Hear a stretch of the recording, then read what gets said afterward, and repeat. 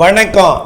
செல்வகுமாரின் முக்கடல் காற்று பற்றிய அறிவிப்பும் இலங்கைக்கான வானிலை ஆய்வறிக்கையும் 2025 ஏப்ரல் 27 ஞாயிற்றுக்கிழமை அதிகாலை நிலவர ஆய்வறிக்கை.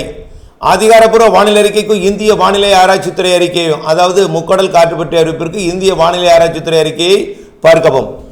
முக்கடல் காற்று பற்றிய அறிவிப்பு: தற்பொழுது முக்கடலில் எந்த அச்சுறுத்தல் காற்றும் இல்லை. ஆனால் 29க்கு மேல் 30ஆம் தேதியிலிருந்து தெற்கு திசையிலிருந்து குமரிமுனை மற்றும் மன்னார் வளைகுடா பாக்ஜலசந்தி பகுதி வழியாக, அதாவது கன்னியாகுமரி, திருநெல்வேலி, தூத்துக்குடி, ராமநாதபுரம், புதுக்கோட்டை மற்றும் டெல்டா மாவட்டங்களின் தெற்கு பகுதி வழியாக டெல்டாவின் ஊடாக பயணிக்கக்கூடிய தெற்கு திசை காற்று கடலோரம் வழியாக சற்று வலுவாகவும், ஊடே வடக்கு நோக்கி பயணிக்கக்கூடிய காற்று பொதுவாக சித்திரை வைகாசி மாதத்தில் வீசக்கூடிய காற்று தான்.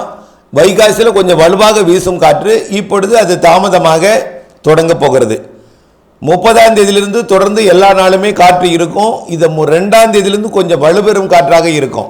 பொதுவாக சித்திரை வைகாசியில் தெற்கிலிருந்து வீசக்கூடிய வழக்கமான காற்று தான் இது. ஆடி காற்று போல், வைகாசி காற்று போல், அதாவது ஆடி மாத காற்று போல் சித்திரையில் இது டெல்டாவின் தெற்கு பகுதியில் வீசக்கூடிய காற்று.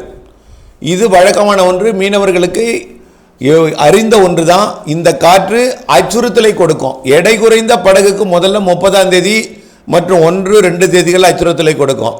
2ஆம் தேதிக்கு பிறகு 3ஆம் தேதியிலிருந்து விசை படகுகளுக்கும் அச்சுறுத்தலை கொடுக்கும். அதாவது வலுவான காற்று 45லேருந்து 55 கிலோமீட்டர் வேகத்தில் மன்னார் வளைகுடா குமரி கடற்பகுதியிலிருந்து டெல்டாவின் தெற்கு ஓரம் மற்றும் வடகடலோரத்துலேயும் இருக்கும். இலங்கையோட கடல் பகுதிகளிலையும் இருக்கும். இந்த காற்று விசைப்படகுக்கும் 3ஆம் தேதியிலிருந்து அச்சுறுத்தல் கொடுக்கும். இதை விட இன்னும் கூடுதலாக 8ஆம் தேதிக்கு மேலே கடுமையான காற்று இருக்கும். காரணம், வட இந்திய நிலப்பகுதிகளில் உயரக்கூடிய வெப்பம். அக்னி நட்சத்திர காலத்தில் இந்த ஆண்டு வெப்பம் வட இந்தியாவில் மிக கோரமாக இருக்க போகிறது. அந்த வெப்பத்தின் காரணமாக காற்று லேசாகி மேலெடுந்ததும் அந்த வெற்றிடத்தை நிரப்புவதற்காக தென்னரை கோளத்திலிருந்து வலுவாக வரக்கூடிய காற்று டெல்டா மாவட்டங்கள் ஊடாக வடகடலோரம் வழியாக வடக்கு நோக்கி பயணிக்கும். இது வழக்கமாக ஒன்று தான். இது வலுப்பெறப் போகிறது படிப்படியாக. 30ஆம் தேதி எடை குறைந்த படகுக்கு அச்சுறுத்தல், 3ஆம் தேதி விசைப்படகுக்கும் அச்சுறுத்தல் 3லிருந்து. இதில் 8ஆம் தேதி வலுவான காற்று 65 கிலோமீட்டர் வேகம் கொண்ட காற்றாகவும் இருக்க வாய்ப்பு இருக்குது. வலுவான காற்றாக இது மீனவர்களுக்கு மீன்பிடித்தலுக்கு சித்திரையில் வழக்கமாக கொடுக்கக்கூடிய இடையூறு தான். இது அறிந்த ஒன்று தான், புரிந்த காற்று தான் என்பதை நீங்கள் புரிந்து கொள்ள வேண்டும். வைகாசி காற்று, வைகாசி விசாக காற்று என்று நீங்கள் அழைப்பீர்கள். இந்த காற்று அச்சுறுத்தல் வரக்கூடிய நாட்களில் கொடுக்க போகிறது, மே முதல் வாரத்தில் இருந்து. அடுத்தபடியாக இந்த காற்று ஒடிசா மேற்கு வங்கம் வரைக்குமே இருக்கும். கடலோர பகுதிகளில் மாலை நேரத்தில் இது உள்ளே போய் மழைப்பிடிவை ஏற்படுத்தும். அனைத்து மாநிலங்களுக்கும் இடி மழைப்பிடிவை கண்டிப்பாக. தமிழ்நாட்டின் கர்நாடக எல்லையோரம், ஆந்திர எல்லையோர, கேரள எல்லையோர பகுதிகளுக்கு இந்த கடற்காற்று தான் போய் மாலை நேரத்தில் குளிர்வித்து மழைப்பொழிவை ஏற்படுத்தும். அடுத்தபடியாக இலங்கைக்கான வானிலை ஆய்வறிக்கை. இலங்கையை பொறுத்த வரைக்கும் தினசரி மழை, நேற்றைக்கும் கொட்டியது மழை, கனமழை பொழிவு கொட்டியது. எல்லா மாகாணங்களுக்குமே கிடைச்சிது. இதில் எல்லா மாகாணங்களுக்குமே கிடைத்தது. இன்றைய மழைப்பொழிவை பொறுத்த வரைக்கும் அதாவது தெற்கு மாகாணங்களில் கண்டிப்பாக முதல்ல மழைப்பொழிவை தொடக்கும். அதாவது இன்றைக்கு மதியம் தெற்கு மாகாணம் மட்டும் இல்லை, ஒட்டுமொத்தம் மேற்கு திசையிலிருந்து வரக்கூடிய காற்று, அதில் இருக்கக்கூடிய ஈரப்பதம் மேற்கிலிருந்து கிழக்கு நோக்கி பயணிக்க, கிழக்கு திசையிலிருந்து வரக்கூடிய கடற்காற்று சந்திப்பை ஏற்படுத்தி ஒட்டுமொத்த எல்லா மாகாணங்களுக்குமே இடிமழை பொழிவை இன்றைக்கு மதியம் மாலையில் கொடுக்க போகிறது. முதல்ல ஒரு 1:30-2 மணிக்கு ஆங்காங்கே தொடங்கும் மழை 3 மணி 4 மணிக்கு வலுப்பெறும். மாலை 5-6 மணிக்கு மேலும் வலுப்பெறும். ஆனால் 8 மணிக்கு மேலே அந்த மழை இருக்காது. 8 மணிக்கு மேலே இருக்காது. மதியம் மாலை மழைப்பொழிவாக இலங்கையில் பரவலாக கொடுக்க இருக்கிறது. மாலையில் பலத்த மழைப்பொழிவு இருக்கிறது. இந்த மழைப்பொழிவுக்கு பிறகு மீண்டும் நாளை மதியம் மழைப்பொழிவு தொடக்கம். தினசரி மதியம் வந்துவிட்டால் மழைங்க. 2 மணி ஆகிட்டா, 1:30 மணி ஆகிட்டா மழை, இடிமழை அங்கங்கே உருவாயிடும். மாலை வந்துவிட்டால் வலுத்த மழையாக இருக்கும். பிறகு ஒரு 8-9 மணிக்கு தீவிரம் குறைந்து நள்ளிரவிலே அந்த மழை முற்றிலுமாக செயலிழந்துடும். அப்போது தமிழ்நாட்டுக்கு வரும் அந்த மழை. அப்படியே கிழக்கிலிருந்து மேற்கு நோக்கி வந்து மன்னார் வளைகுடாவில் இறங்கி தென்கடலோரத்திற்கு மேகமூட்டத்தையும் தூறலையும் கொடுக்கும். அவ்வளோதான். சில நேரங்களில் வலுவாக வரும், சில நேரங்களில் தூறலை கொடுத்து விட்டு போகும். அடுத்தது பார்த்தீங்கன்னா இப்படியே 29, 30 மழைப்பொழிவு இருந்து கொண்டே இருக்கும். மே முதல் வாரத்தில் பரவலான மழைப்பொழிவும் கொடுக்க போகுது. பரவலான மழைப்பொழிவு தான் இப்பொழுது கொடுப்பதே, வலுத்த மழைப்பொழிவு தான், இடி மின்னலுடன் கூடிய மழைப்பொழிவை தான் கொடுக்குது. இந்த மழைப்பொழிவு இருந்து கொண்டே இருக்கும். 28ஆம் தேதிக்கு மேலே இன்னும் கொஞ்சம் பரப்பில் கூடி, 2ஆம் தேதியிலிருந்து இன்னும் கொஞ்சம் பரப்பில் கூடி, பரப்பில் ஏற்கனவே கூடி இருந்தாலும் ஒதுக்குதல் என்பது குறையும், அப்படி தான் சொல்லலாம். ஆகவே மழைப்பொழிவு என்பது மே முதல் வாரம் 2வது வாரம்னு இருந்துகிட்டே இருக்கும். இந்த ஆண்டு தென்மேற்கு பருவமழை தொடங்கும் வரைக்கும் இந்த கோடை மழை இலங்கைக்கு இருந்து கொண்டே இருக்கும்.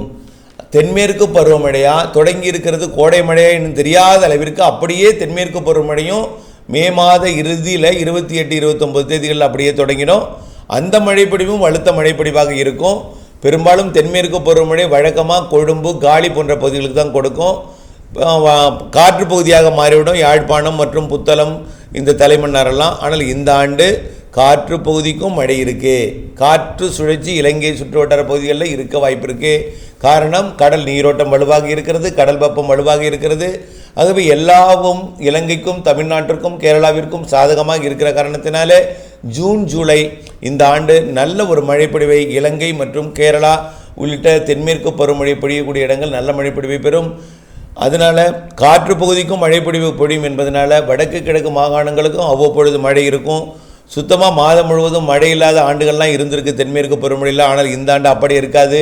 தென்மேற்கு பருவமழை காலத்தில் ஜூன் ஜூலையில் நல்ல வலுத்த மழையும், ஆகஸ்டில் தீவிரம் குறைந்தும், செப்டம்பர் அக்டோபர் மீண்டும் வலுத்த மழை பொழிவையும் கொடுக்கும் என்று ஏற்கனவே அறிக்கையில் நாம் சொல்லியிருக்கிறோம். சராசரிக்கு கூடுதல் தென்மேற்கு பருவமழை இருக்கிறது என்பதையும் நினைவுபடுத்த விரும்புகிறேன். ஆகவே அதனைத் தொடர்ந்து வடகிழக்கு பருவமழை சராசரிக்கு மிகுதிக்கு மிகுதி, அதுதான் மிகவும் ஒரு அதிகம், மிகுதிக்கு மிகுதி. காரணம் என்னென்னா, கடல் வெப்பம் இப்பொழுதே உயர்ந்து விட்டது, இன்னும் வரக்கூடிய நாட்களில் உயரப் போகிறது. தென்மேற்கு பருவமழை காலம் முழுக்க உயர்ந்து கொண்டே இருக்கும். இலங்கை, தமிழ்நாடு ஒட்டிய கடற்பகுதி இவையெல்லாம் வடகிழக்கு பருவமழைக்கு அதிக சாதகத்தை, அதிக ஒரு வலுவான நிகழ்வும் சிறு நிகழ்வு அதிக மழைப்பொழிவை தருவதற்கும் தமிழ்நாடு இலங்கைக்கு சாதகம் இருக்கிறது என்பதை தெரியப்படுத்த விரும்புகிறேன்.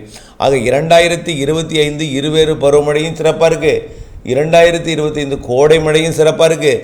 சராசரிக்கு கூடுதல் மழை பொழிவு தான் இதுவரைக்கும் பொழிந்திருக்கு. வரக்கூடிய நாட்களும் அப்படி தான் பொழிய போகுது என்பதை நினைவில் கொண்டு ஒதுக்கி ஒதுக்கி மழை பொழிந்தாலும் உங்களுக்கும் மழை பொழிவை கொடுக்கும். நீங்கள் செய்ய வேண்டிய ஒரே வேளை மழைநீரை சேகரித்தல். மழைநீரை சேகரித்து கைவசம் நீர் வைத்து கொண்டு கவலை இல்லாமல் விவசாயம் செய்யுங்கள். உங்களுக்கு மழை பொழியுமா என்கின்ற சந்தேகம் இல்லாமல் நிம்மதியான விவசாயம் இருக்கும். தேவைக்கேற்ப நீரை பயன்படுத்தி விவசாயத்தில் முன்னணியில் வரலாம் என்பதையும் தெரியப்படுத்த விரும்புகிறேன். ஆகவே மழைநீர் சேகரிப்பு அமைப்பை 10% இடத்தில் அமைத்துக் கொள்ளுங்கள்.